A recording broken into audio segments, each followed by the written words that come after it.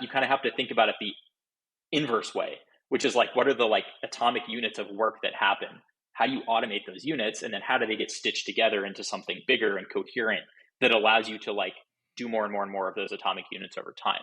And I think that's where the kind of like real product innovation comes from. And I think that you're basically starting from zero on that when you're building a new product, because it's a completely new workflow. It's untouched.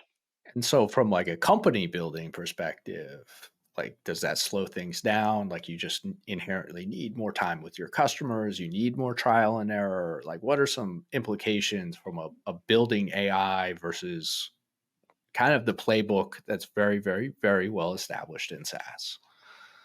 Yeah, I'm not sure I have a great answer to that question, because I want to say yes. Like, I want to say it takes more time. I want to say you should spend more time with your customers. But I also have a hard time saying that you shouldn't have been doing that before. So I think it makes it just that much more important, maybe. Like you should have been doing it before. You absolutely need to be doing it now. But I do think part of it is you can invest in the end user in a way that you couldn't before in a lot of cases, because you can make that end user a lot better at their job.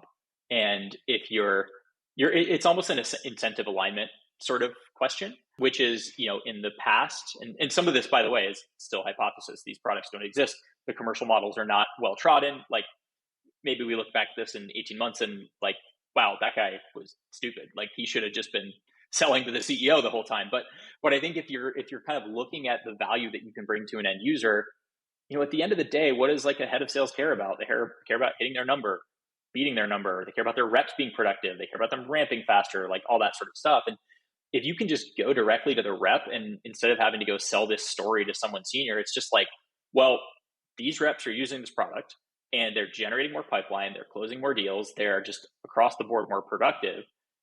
Like, who doesn't want that? And you can always package that up into a more exec level value prop. And so for us, and maybe this is a little bit of a strategic decision that we made as well, that you could agree with or disagree with, it's like, that's our unit of value, is like rep augmentation.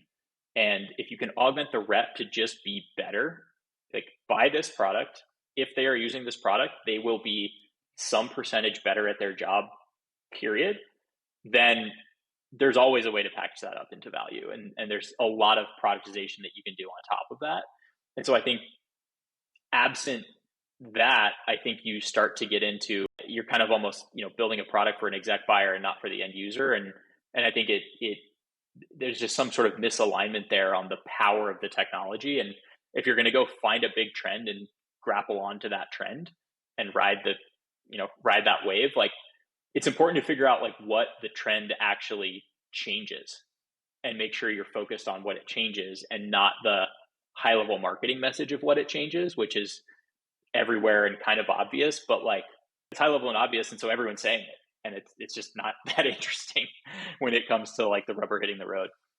Yeah, and it's interesting. Like again, on your Twitter feed, like you've had some pretty crazy testimonials of people like Yeah. absolutely loving your product, and that seems to have like a different product led growth equation. It's like stunning testimonials will have a different like K factor of referrals than you might have seen in traditional Yeah. SaaS. What are some of like the enthusiasms and like what are people liking about your product right now?